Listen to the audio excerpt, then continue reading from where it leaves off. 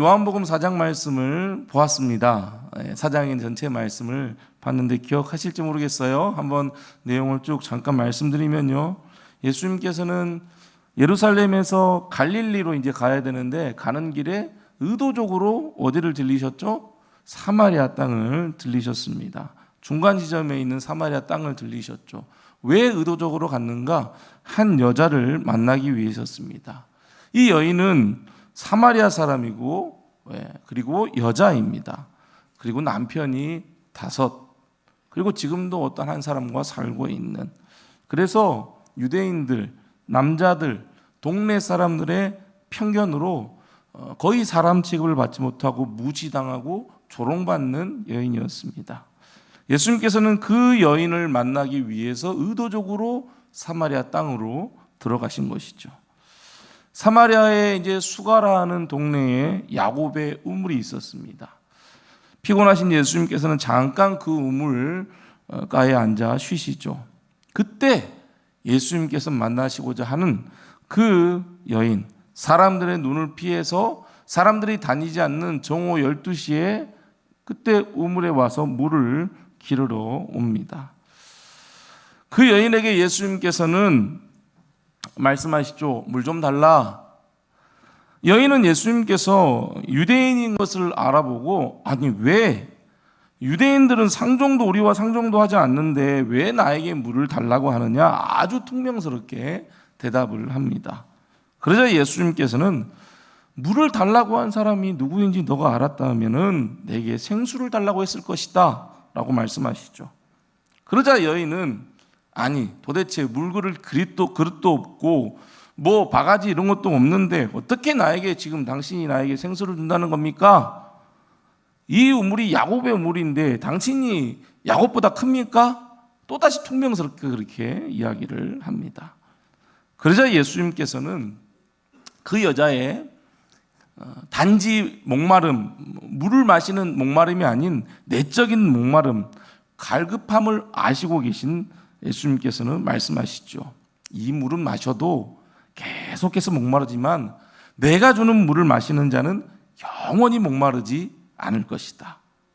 왜냐하면 내가 주는 물은 그 속에서 영생하도록 솟아나는 샘물이기 때문이다 라고 말씀하시죠. 이 여인은 그러한 물이 있기는 하는지 있다면 좀 나한테 좀 줘봐라 라고 또다시 그렇게 퉁명스럽게 대답을 합니다.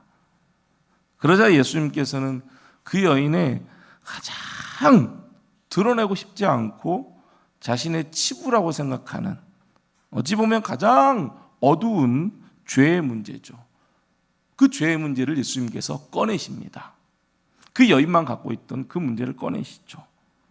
그 죄의 문제를 해결해야지만 그 여인의 내적인 목마름, 그 갈급함, 영적인 목마름이 해결될 수 있었기 때문입니다.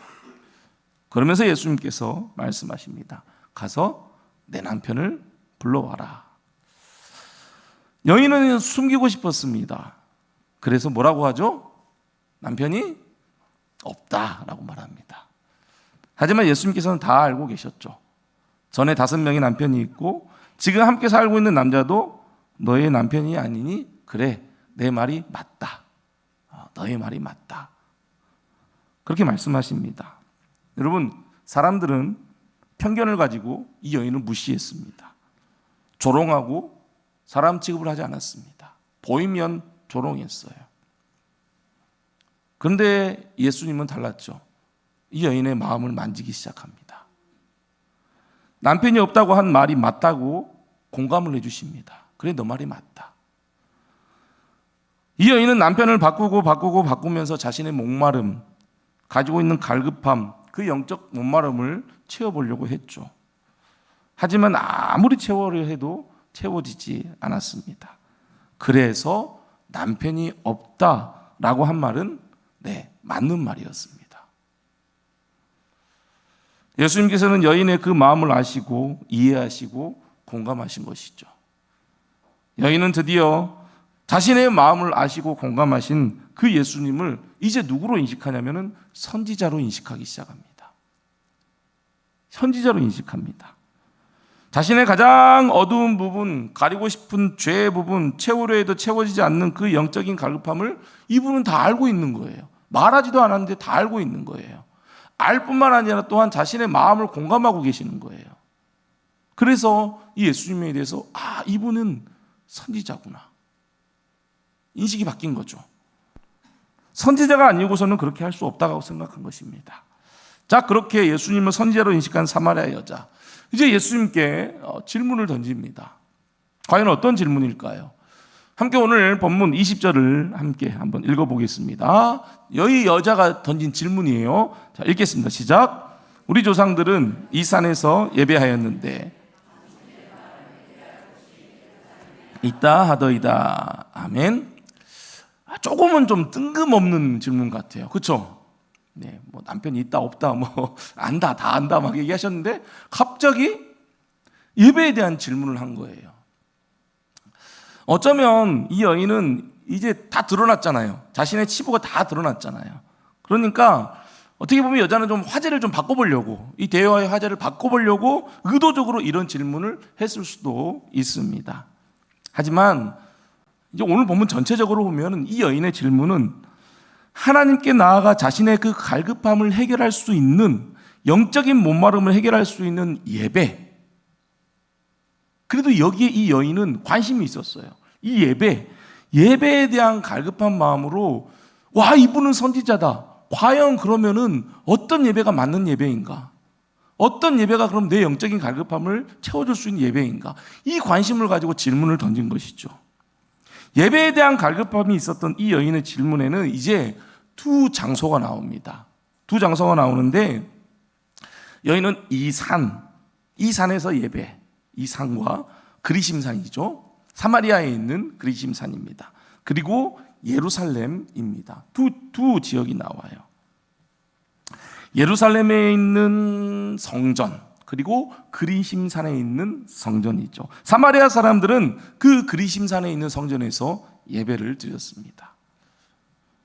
그리고 예루살렘 성전도 있었는데 사마리아 사람들을 제외한 모든 유대인들은 어디에서 예배를 드렸어요?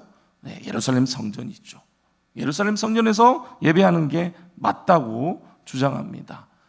근데 각각 다 사마리아 사람들도 유대인들도 자신들이 예배하는 곳이 맞다, 그곳이 맞다라고 주장을 하죠. 이제 그들이 각각 그 그리심산 그리고 예루살렘 성전에서 예배하는 자기들이 다 맞다라고 한 부분에 대해서는 이미 제가 5월 달에 와가지고 이 부분은 설명을 해드렸어요. 역사적 배경에 대해서는 설명을 해드렸으니까, 그래서 이게 길어지니까 그건 다시 언급하지는 않겠습니다. 중요한 것은 지금 이 여인의 질문에는 도대체 어디서 예배하는 게 맞습니까? 이게 들어있죠. 어디서 예배해야 하나님께 나아가 이 영적인 갈급함과 목마름을 해결할 수 있겠습니까? 라는 이 질문인 거예요. 어디서? 여러분은 어떻게 생각하세요? 정통 유대인들이 드리는 그 예루살렘 성전에서 예배하는 게 맞는 것 같나요? 아니면은 사마리아 사람들이 말하는 그리심산에서 성전에서 드리는 예배가 맞다고 생각해요? 어떤 게 맞다고 생각하신가요? 어떤 게 맞는 것 같아요? 왼손은 예루살렘, 오른손은 그리심산. 한번 표시를 해볼까요? 어떤 게 맞다고 생각하세요? 자, 예수님께서는 21절에서 아주 명확하게 답을 제시를 하십니다. 21절입니다. 함께 읽겠습니다. 예수께서 이르시되 여자여 내 말을 믿으라. 이 산에서도 말고 예루살렘에서도 말고 너희 아버지께 예배할 때가 이르리라. 아멘. 장소는 중요하지 않다는 거예요. 예수님의 대답은 장소가 아니었습니다. 이 산도 예루살렘도 어디도 아니라는 것이죠. 장소가 아니었어요. 그럼 뭔가 아버지께 예배할 때가 이를 것이다. 그때가 언제인가? 23절이에요. 아버지께 참되게 예배하는 자들은 영과 진리로 예배할 때가 오나니 곧 이때라. 이때라. 아버지께서는 자기에게 이렇게 예배하는 자들을 찾으시느니라. 그때가 언제라고 해요? 지금 이때라고 해요. 곧 이때라. 지금 이때다. 바로 지금 이 시간이다. 바로 지금 사마리아 여인이 예수님을 만나고 있는 바로 그때라고 말씀하고 있어요. 예수님께서 이 땅에 오신 바로 이때라는 것이죠. 22절 보세요. 너희는 알지 못하는 것을 예배하고 우리는 아는 것을 예배하노니 이는 구원이 유대인에게서 남이라. 이 말씀은 유대인들이 드리는 예배가 맞다, 이 말씀을 하고 있는 게 아니에요. 구원이 어디에서 났다고 해요? 구원이 어디에서 났다? 유대인. 이미 구약에 예언된 유대 사람, 다윗의 자손으로 이 땅에 오신 하나님의 아들 예수 그리스도, 그 예수 그리스도를 통해 구원이 우리에게 임했다. 즉 허물과 죄로 죽은 인류를 구원하기 위해서 예수 그리스도께서 이 땅에 오신 그때, 지금 이 여자가 누구를 만나고 있어요? 그 예수님을 만나고 있죠. 이때다.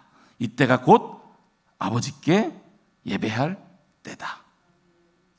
그리고 하나님께서는 이제 그리심산에서 예배하는 자들도 아니고 예루살렘에서 예배하는 자들도 아닌 십자가에 달려 죽으심으로 하나님과 우리 사이를 막고 있던 그 휘장을 찢어버리신, 모든 담장을 다 허물어 버리신 예수 그리스도를 통해 예배하는 자들을 찾으신다라고 말씀하고 있죠.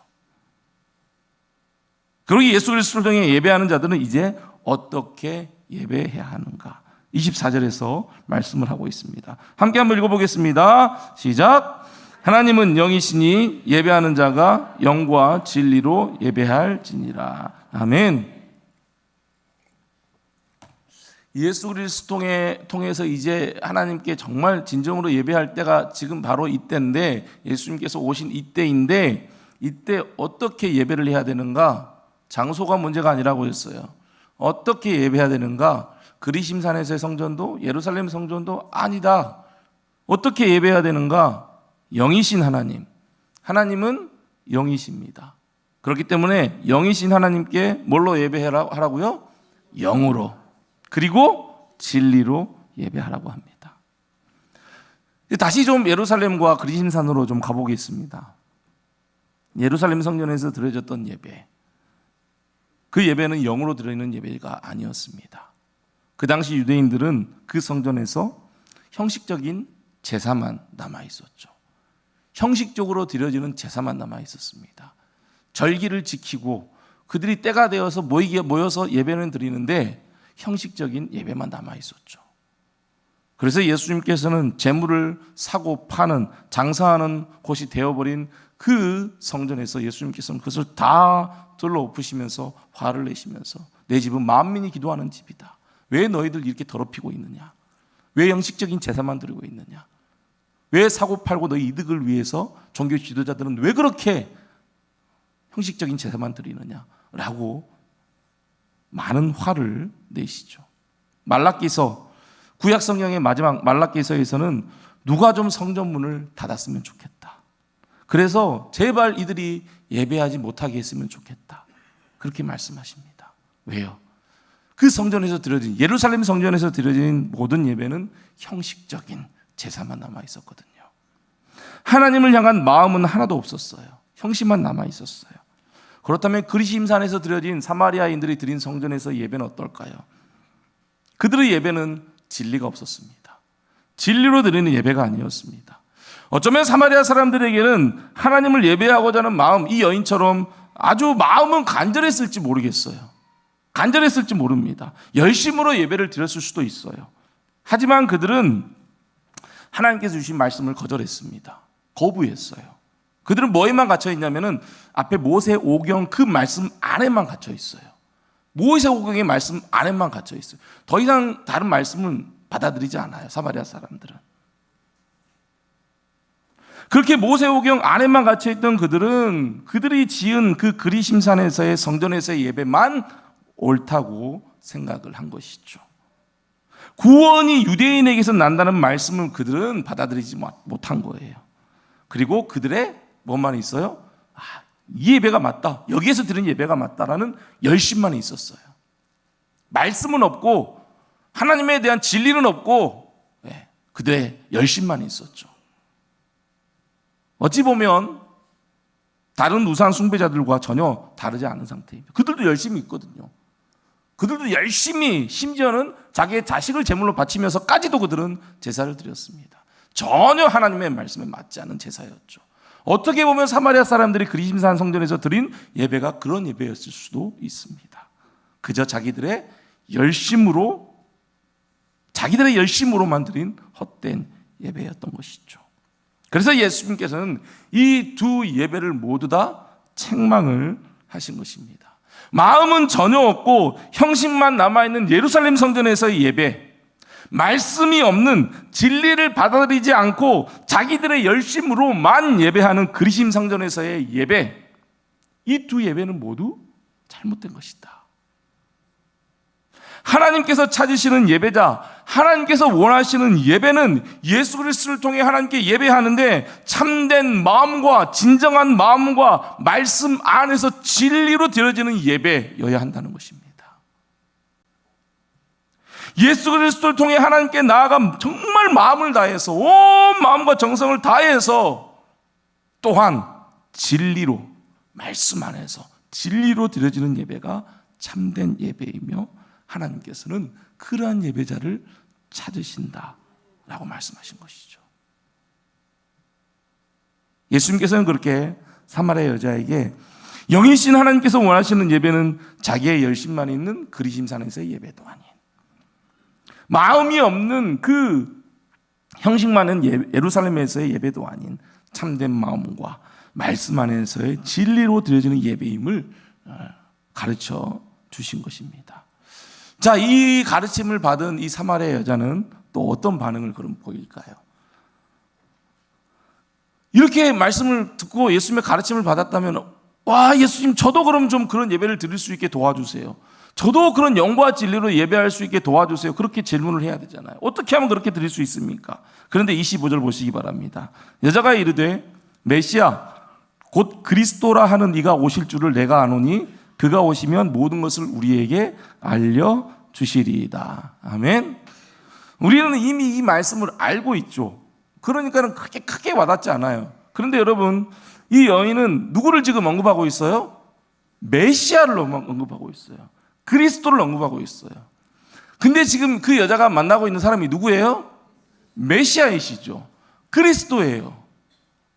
그런데 그 예수님 앞에서 뭔가 좀 아는 것처럼 메시아 그리스도 그가 오면은 다 알려줄 것입니다 라고 얘기를 한 거죠. 여기에는 뭐가 있냐면 이 여인은 메시아에 대한 기다림이 있었어요. 그리스도에 대한, 구원자에 대한 기다림이 있었죠. 자기의 영적 목마름을 해결해 주실 분은 그 메시아, 그분 그리스도 한 분뿐이다. 그분에 대한 목마름과 그분에 대한 갈망이 있었고 그분을 소망하고 있었어요. 그래서 그 예수님께 메시아가 오면, 그리스도가 오면 다 알려줄 겁니다. 그래서 예수님께서는 드디어 자신의 정체를 드러내십니다. 뭐라고 드러내요? 26절입니다. 함께 한번 읽어보겠습니다. 시작. 예수께서 이르시되 내가 말하는 내가 그라 하시니라. 아멘. 내가 메시아다. 내가 그리스도다. 이 여자는 누구를 만났어요? 메시아 그리스도를 만났습니다. 메시아신 예수 그리스도를 만난 것이죠. 그러자 여인의 반응입니다. 드디어 메시아를 만난 이 여인의 반응. 28절, 29절입니다. 함께 한번 읽어보겠습니다. 시작. 여자가 물동이를 버려두고 동네로 들어가서 사람들에게 이르되 내가 행한 모든 일을 내게 말한 사람을 와서 보라. 이는 그리스도가 아니냐 하니. 아멘. 네, 이 여인은 더 이상 이제 물동이가 필요하지 않았습니다. 물길로 왔잖아요. 목마름을 좀 채워보려고 물길로 왔잖아요. 그 물동이 이제 필요 없어요. 물동이를 버려뒀다고 해요. 마셔도 목마른 그 물이 이제 필요하지 않은 것이죠. 왜요? 메시아이신 예수 그리스도를 만나버렸습니다. 메시아이신 예수 그리스도를 만남으로 그의 갈급함이 다 해결돼 버렸어요. 예수님을 만남으로 모든 영적 갈급함과 목마름이 해결돼 버렸습니다. 물동이를 그래서 버려버렸습니다. 그리고 즉시 동네로 뛰어들어가죠. 자신이 만난 예수를 증거하기 시작합니다. 여러분, 이 예수님과 사마리아 여자와의 대화에는요, 예배에 대한 가르침과 함께 예배 자체를 보여주고 있습니다. 예배 자체를 보여주면서 그 안에 예수님께서는 그 여자에게 예배를 가르쳐 주신 것이죠. 그리고 우리에게 예배를 가르쳐 주신 것입니다. 예배가 뭐라고 했어요? 예배자들은 영과 진리로 예배해야 한다. 영과 진리로 드리는 예배자를 하나님께서 찾으신다. 하나님께서 찾으세요. 하나님께서 찾으신다고요. 다른 사람이 아니라 영과 진리로 예배하는 사람을 하나님께서 찾으신다고요. 지금 사마리아 여자는 그 마음 안에 뭐가 있었어요? 영적인 갈급함이 있었죠. 간절함이 있었어요. 온 마음을 향한 간절함이 있었어요. 그 마음으로 예수님 앞에 있는 거였어요. 간절한 마음으로 주님 앞에 있는 것이죠. 그리고 예수님께서는 그 여자에게 예배가 무엇인지를 가르쳐 주었습니다. 진리를 가르쳐 주었어요. 영적인 목마름이 있는 그 여자에게 진리를 가르쳐 주었죠. 즉, 이 사마리아 여자는 예수님과의 그 만남과 대화 속에서 영과 진리로 예배하고 있었던 것입니다. 모든 사람들이 무시하고 외면한 그 여인은 예수님을 만난 그 자리에서 예배하고 있었어요. 주님을 만나면서 예배하고 있었어요. 그리고 사마리아 여자는 그 마음의 영적인 갈급함, 목마름이 해결되었죠. 회복을 경험한 예배자가 된 것입니다. 진정한 회복을 경험했어요.